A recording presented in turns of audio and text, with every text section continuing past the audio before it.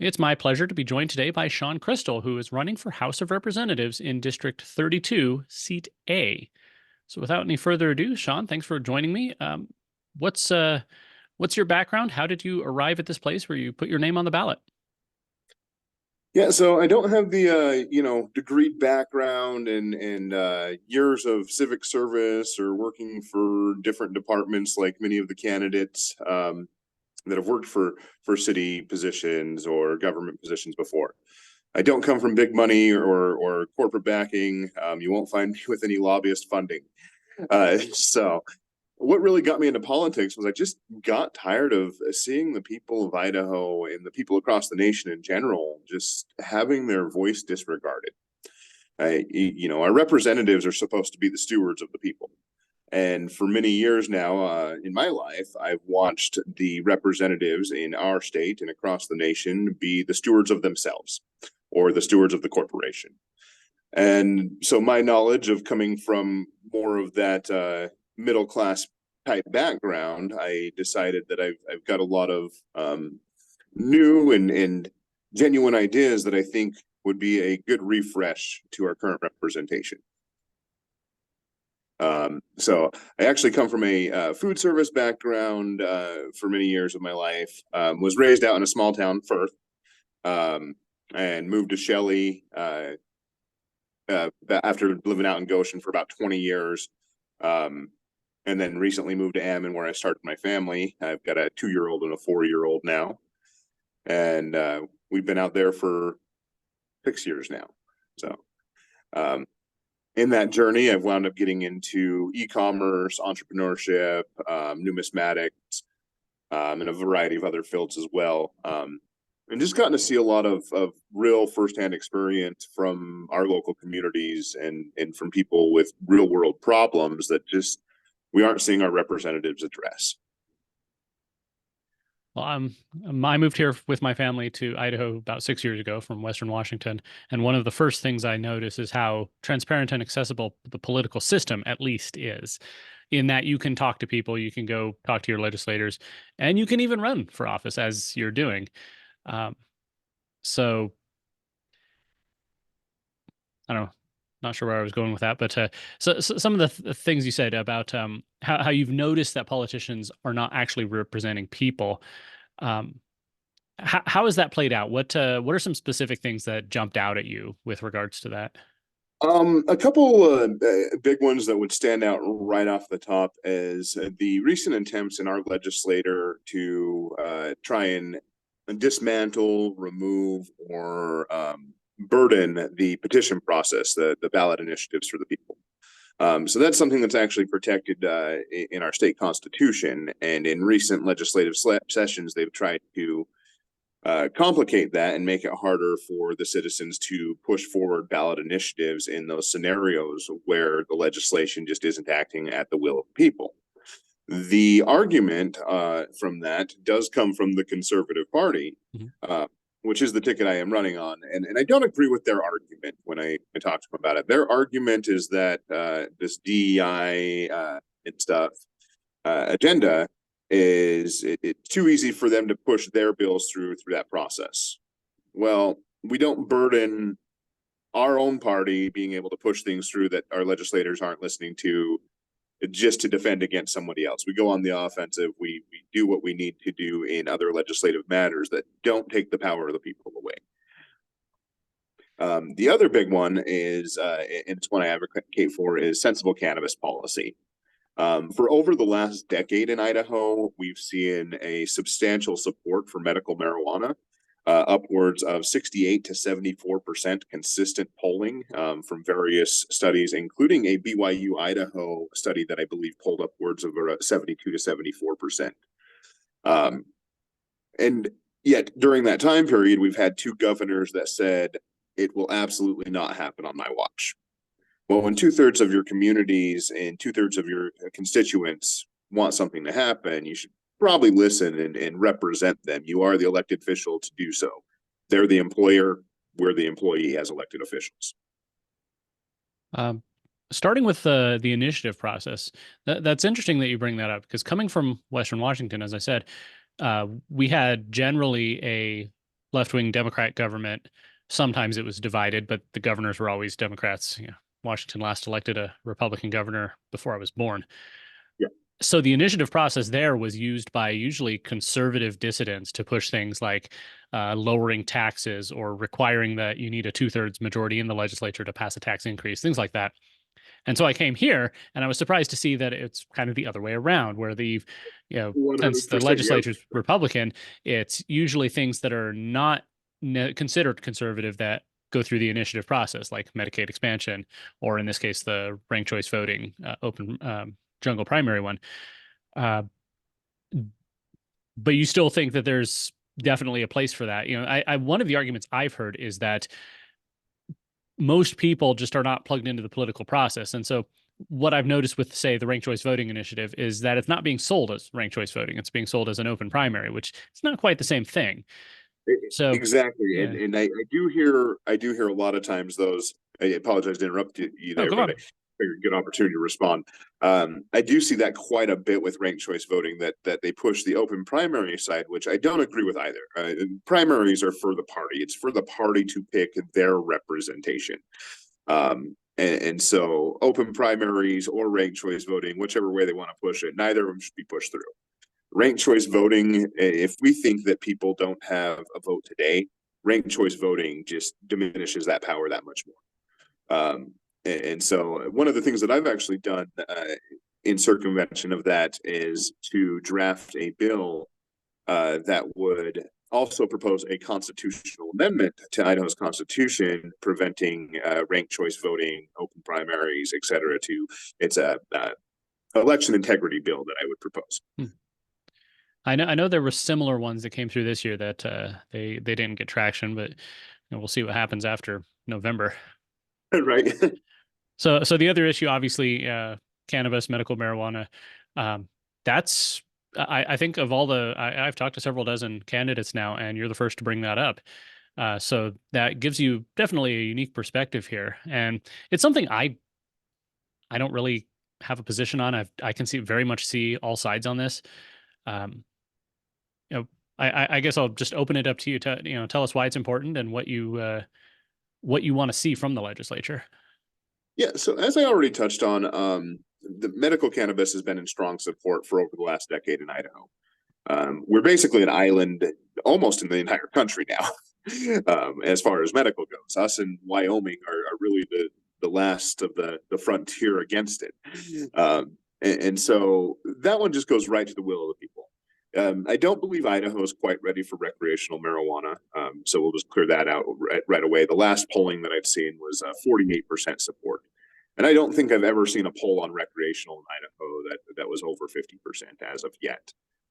However, I do get tired of seeing our tax-paying dollars go across to other states when we could bring that money here, put it to work here. A lot of people have actually thought that I am pushing for the sensible cannabis policy for my own business. I actually opened a shop out here in Idaho Falls, 710 Spectrum, that focuses on the hemp-derived cannabis industry. However, another one of the draft bills that I've already been working on implements some regulation around that industry that currently isn't in place. So right now in the state of Idaho, there's no age requirements or anything for the sale of CBD or hemp-related products, which means I could technically take and sell a psychoactive hemp product to anyone underage if I wanted to. However, in my business, we're self-regulating. We are 18 and up for our edibles and things like that are just gummies and suckers, and then 21 plus complying with tobacco laws for any vaping or tobacco related or like products. Like we carry a dip product that would be a 21 plus product. Currently, state and federal has no regulations on that. So that's one thing that I would like to change. I'd like to see some regulation on that to make sure that we can keep some of those more adult related products out of the hands of children. And I believe that any CBD use for children should be done through a medical practitioner. Hmm. Another thing in that bill that I've put in is a 3% use tax on cannabis related products. That would allocate 1.5% to education and 1.5% to infrastructure. So, as well as some licensing requirements similar to that of tobacco or alcohol. Hmm. I actually had the tobacco compliance lady try to tell me that she was going to revoke my tobacco permit despite me carrying vape products in the shop. And I'm like, no, you're not. I'm not going to work out of compliance with the law. Hmm. And I had to educate her on the law that it includes those electronic vaping devices, despite them not containing nicotine or tobacco. Um, so, as a small business owner, implementing those regulations that does burden me. So it's definitely not for or in favor of my business. It's about creating a well-regulated industry that can thrive and grow and put tax-paying dollars back to work in our state. Interesting. Uh, Maybe a bit of a tangent on that. It's something I've been thinking about, just weighing back and forth. I haven't written anything about it yet. I plan to at some point. Um, and that's the idea of things like, drugs and vices and how far should the government go. I say that I'm drinking a cup of tea here. It's got caffeine. It's a stimulant. And overdoing caffeine can be a problem, although it's, you have to drink quite a bit. Uh, Alcohol is legal for adults, and yet some people can't handle it. They drink too much, can drive and hurt somebody, or they can become just mean people because they drink too much. Spend all their money on it because they're alcoholics. So, how far should the government go in regulating those things? Is there a line? I was thinking about it. 100 years ago, there was very few regulations on these sort of things. I guess more than 100 years ago, because prohibition, and people just had to take care of themselves and their families. Right, absolutely. I think there should be some government role in the side of public health on that. And I believe, some age restrictions because we know the effects of alcohol on minors. We know the effects of tobacco on minors and such. They're much more substantial than they are in the adult years, in most cases, anyways. So I think there should be some public health guidance and protection and a little regulation, licensing, permitting there. I don't really agree with burdening businesses with over regulating processes.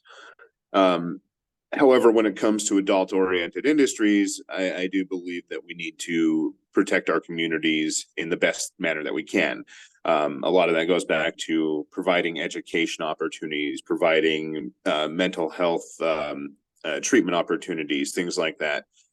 People that want to get off drugs, let's make the resources available to them to do so rather than burdening all of society by filling up prison populations on tax paying dollars. Let's put the money to work for real world pragmatic solutions. You mentioned you've drafted a couple of bills. That's another, thing about the closeness of the political process in Idaho. Even citizens can draft bills. You have to work with a legislator, but you can start the process there.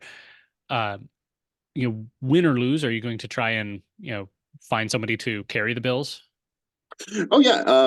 In fact, both bills I have already the election integrity bill I have submitted to the Bonneville County Republican Committee for review. So that is already been put out there. And then the industrial hemp bill or the bill regulating hemp-derived cannabis products in Idaho a little further. I've actually submitted over to Wendy Horman. Hmm. Well, that'll be interesting to see where that goes. I mean, I don't expect much progress at this point, but hey, at least it shows I'm willing to get to work for the people already. Mhm. Yeah, that's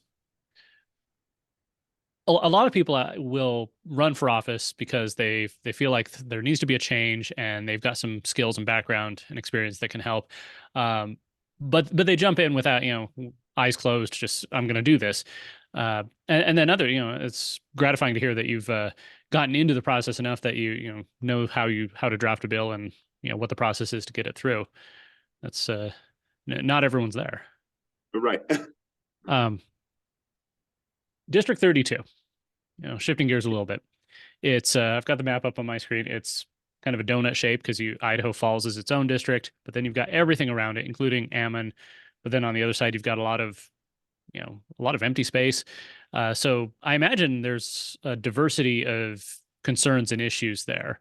Um, Farming, natural resources, cities and suburbs.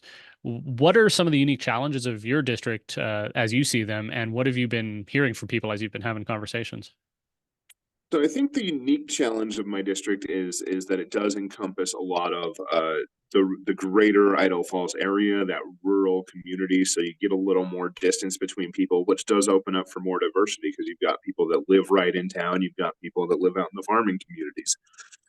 But what I find interesting is that the actual issues that are most important to people don't seem to differ that much. The two big ones that consistently come up are infrastructure and education. That seems to be the majority of at least Southeast Idaho's primary concern. Um, and the other big one gets into uh,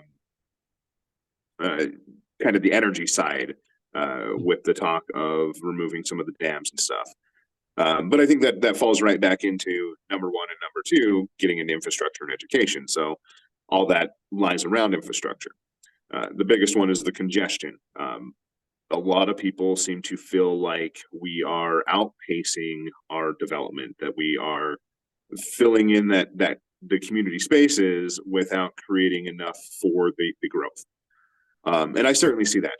Ammon Road in particular is a road that probably should have been widened a decade ago. During rush hour, I will see that back up sometimes from First Street almost to Sunnyside. And that's not safe for our communities. That doesn't provide convenience in our commuting. And those types of things need addressed, and not just addressed for the present, but addressed to be sustainable for the future. In regards to education, I see a lot of people that are kind of in between or iffy about stuff like the launch bill. That's one that I've followed uh, somewhat. I should probably pay a little more attention to it, but I see some flaws and some opportunities there. As much as I love the concept of investing in our children's later education, I don't think there's enough protections to develop that for Idaho sustainably. And I think that money could be better used in earlier development and getting back to real world education, teaching our children pragmatic matters prior to them getting to that college education. There's no reason we shouldn't be teaching finance or woodworking or just real world skills at an earlier age. We all know through all the studies that have been out there for generations that children learn more in that earlier development than they do it in their later years. Interesting. Obviously, coming from a conservative perspective, a lot of people in my circles are opposed to the launch grant. However, I did talk to your senator out in 32, Senator Cook, and he's all for it, and he's optimistic that it'll, create more opportunities, create, you know, more stable tax-paying citizens. Um, Like I you, said, I like the concept, but I think the money can be invested better. well, it does bring me to another question. You mentioned in your initial opening that you felt like people were not, people were or legislators were representing things like special interests in corporations rather than the people, and the launch grant really goes right through that issue because it was very much supported by the big corporations because Absolutely. why not have taxpayers pay to train your workers? It's a good deal for them, and I've seen this almost a split in the Republican Party. You go back 30, 40 years, and Republicans were all for business.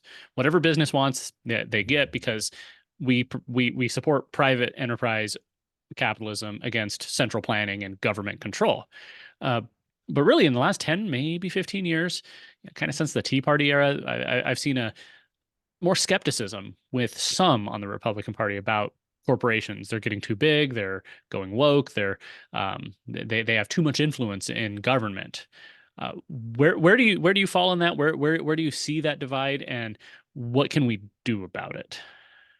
So I actually talk about this all the time because I was raised a union Democrat. My dad worked for the labor unions, my entire life. Marched with the union marches in Southeast Idaho throughout the '90s into the early 2000s. And I've watched a lot of people in that entire community of union workers shift from a liberal perspective to a conservative voting atmosphere. Um, and I tell people today, like looking at the shift in the parties, I don't believe that my dad voting Democrat in the Clinton era would vote Democrat today. and he voted blue his entire life. And so I've definitely seen this huge shift in the politics and policies. Now, are some of the core originations of the Democratic and Conservative Party still there? Absolutely. But the value of who they work for in the communities and agendas that they promote have certainly shifted. Um, in regards to the corporation side, I think that instead of corporations having the influence over U.S. tax dollars and how they're spent, if they want that education for those employees, and I've seen many conservative businesses in our area that support this, private investment. If they want something like the launch program, let one of the big woodworking companies or one of the big mechanics put the money forward to train those people. Um, they want skilled labor in their fields. Invest in it. Every other company does that wants that. I worked for McDonald's for 5 years. They invest heavily in their employees, um, and I won't discount that by any means because it was some of the best training that I'd ever experienced anywhere in my workforce um, time. And when I look at that training, there's a lot of skills that I learned through that investment that I use every day in life. And so I believe that the best training and stuff can come from with inside those those areas of expertise in the first place, rather than through a public system. Shifting a little bit from there, you mentioned the workforce, and it reminded me that there was some debate during the legislative session this year about illegal immigration, legal immigration, migrant workers, what to do about it. There was a report that came out that said 35,000 people are working in Idaho illegally, and obviously people are divided on what to do about that. Your opponent, the incumbent, on the House floor said that we can't do anything about illegal immigrants because they're involved in every facet of food production and that entire industry. And if you were to do something, then that's going to essentially crash the whole thing. You're going to be paying exorbitant prices for lettuce or potatoes or whatever. Uh, coming from your perspective and the perspective of your district, what should be done? Should we have some sort of amnesty for those who are already here? Should we tighten up the restrictions to keep people out? Should we urge the federal government to reform the migrant worker process, get more visas available, year-round workers? What do you have thoughts on that? I think we need to relook and overhaul our system. We need to have some sort of a proper regulatory framework that does allow um, legal immigration, which we do have in place, but I do believe that some reform is probably necessary at this point. I don't wholeheartedly disagree that those people have been instilled in all assets of our food production and stuff.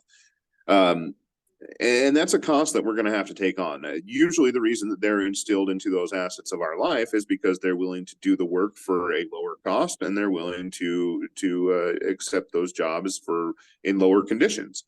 Something that all too often we expect, to be treated like princes and kings in our work environments. And so we're going to have to kind of buck up and eat some of that cost and eat some of that labor that we've put off to those immigrant workers. Getting back many years ago, I mean, to the founding of our nation, Ellis Island wasn't all sunshine and rainbows. And we've got to take a hard stance. If we have to start stopping people at the border with more severe action or more force, it's got to shift, because those people coming across in the numbers that they are is damaging to our societies. Open borders sounds great when we just say it. We'd all love to just be able to move freely from country to country and state to state and throughout the world. But it doesn't work. There is too much diversity. There's language barriers. There's labor barriers. If a society has too many people, then the workforce is going to start to diminish, and it's going to deplete the conditions across the entire country. We can only produce so much for so many people and have enough jobs to sustain that. And if we have a sudden influx of people, then we're kind of at a loss. We can't support all of that. And so I believe we do need to take some harsher stances in regards to it. Do need to enforce legal immigration and make sure we're looking out for our communities first. It's interesting that the last two topics, meld together in a way. You mentioned, working for McDonald's and learning a lot of great things there. And then, we're told though that in some of these industries that Americans won't do those jobs. That, and I hear from people essentially my age and older who talk about, well, when I was young, I worked on the farm and I, did this and did that. But now it seems like a lot of those jobs are just being shifted. And I was having a conversation with someone about it, and they pointed out that, now we've reached a critical mass where in some industries, because they're so, you know, reliant on migrant labor, that there's now a language barrier for, American young people who would want to do it because they don't speak Spanish necessarily. Yep. So what can we do to, I don't know, restore the value of hard work for teenagers and young people to get out there, make a living, learn some skills? Well, that's a tough and kind of a loaded question. I think number one, we need to get them out of their devices. As much as great as the technological age is and the information that's available just at the touch of a few buttons, it has really burdened our workforce. It's made people honestly lazy. It's taken away from that desire of go out and earn something to, and I'm not necessarily opposed to it, but to go out and create something. And that's great. Create something, but let's create stuff of value. Is all the digital content that we're creating really of value to society, or is it of value to the corporation? And I think we all know the answer because the corporation is caring less and less about our shopping purchases and more about our data. Hmm. Oh, where to even start with that? It's So I think that's where we start. We've got to find ways to instill that drive for value and real world asset again. Let me merge into something a little off topic, but I think that kind of is a good shifting point to it. Is I look at our own country right now, and we're built on a debt based system, a house of cards that really has no foundation at this point. And we're coming up at a turning point on a global scale against these BRICS nations that are building their new currency on real world assets backed by physical oil, physical gold, physical silver, plutonium, coal, etc. And at the end of the day, who comes out on top in monopoly? The person that has the debt or the person that has the assets? So what can we do here in Idaho to prepare for that day?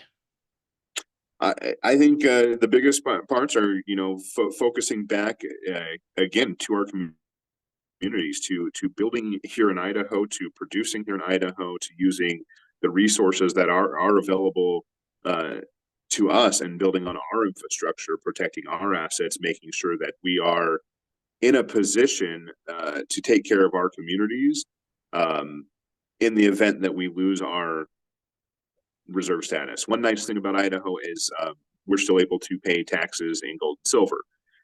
In fact, Idaho is getting ready to have issued gold back in our state. Gold backs are a physical form of gold designed to be utilized as currency. They're small enough fractional amounts, the smallest form of fractional gold that you can purchase, actually.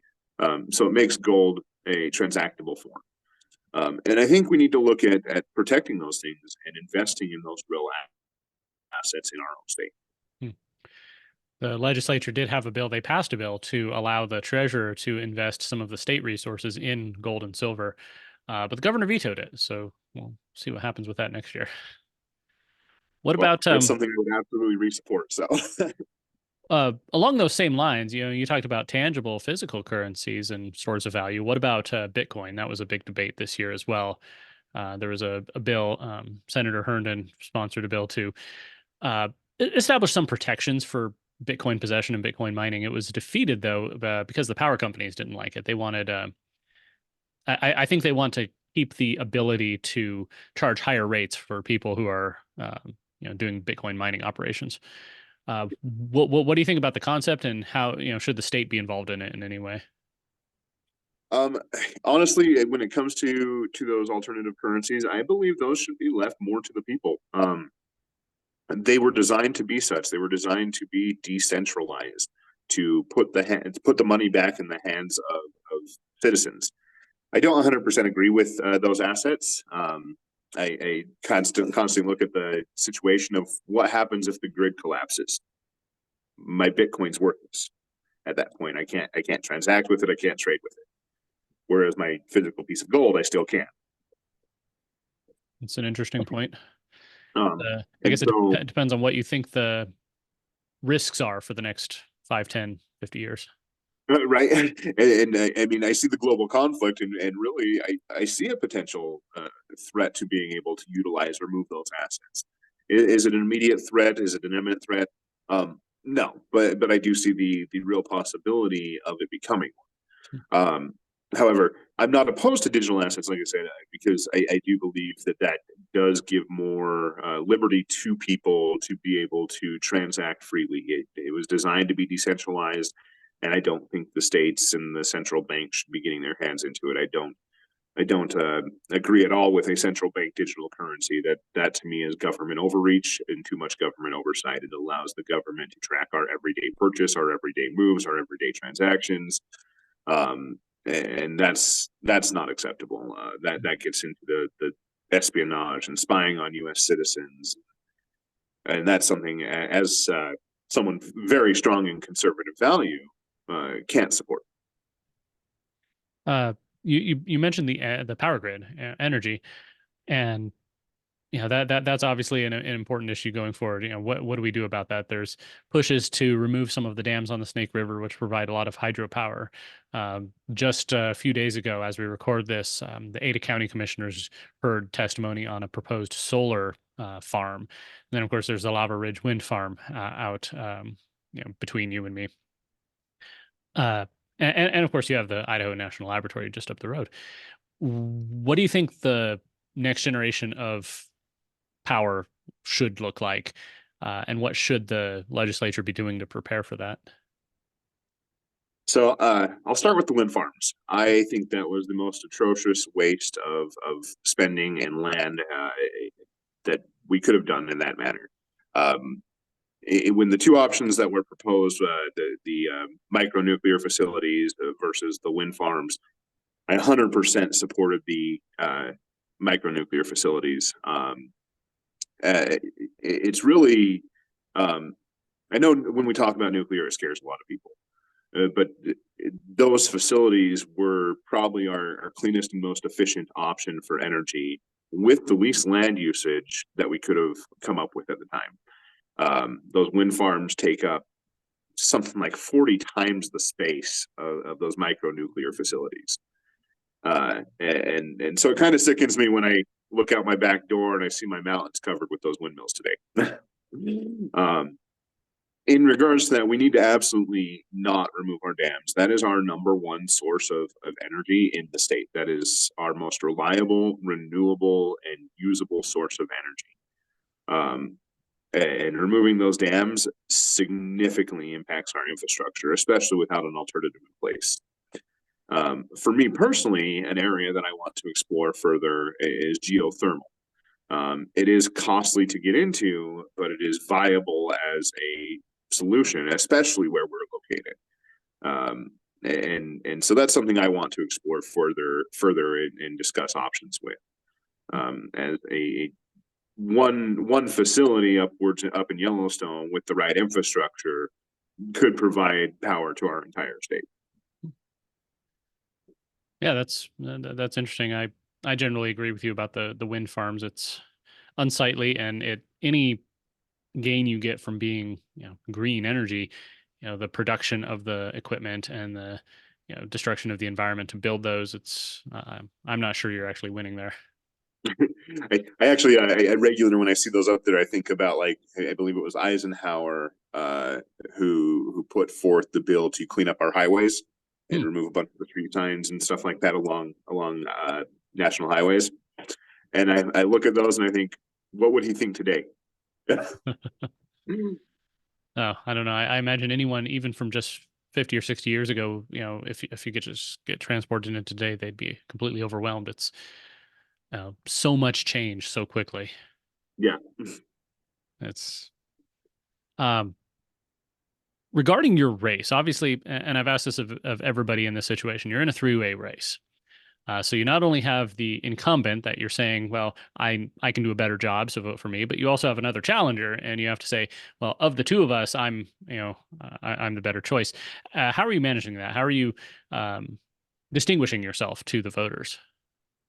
Yeah, I think a couple of areas where I distinguish myself to the voters is that one, I've already began working on draft legislation on a couple of matters that I believe align closely with some community perspective.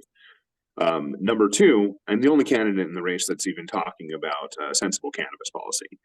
Um, and that's something that we really need to review. Again, I did market research for my business, and 9 out of 10 license plates in dispensaries across the border were Idaho plates.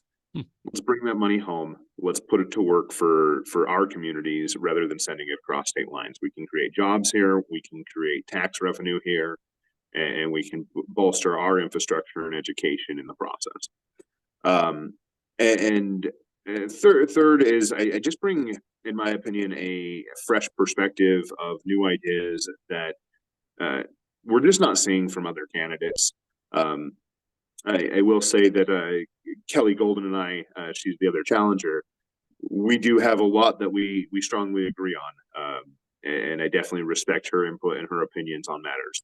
Um, but I don't feel like she goes quite far enough on some of the issues, and that she's going to be a little more reserved than myself. Um, I'll push, I'll fight for the people that I represent. I've been telling people since I ran for Ammon City Council last election, I don't see any other place in commerce, industry, business, etc., where the employee gets to walk all over the employer like they are in our political representation.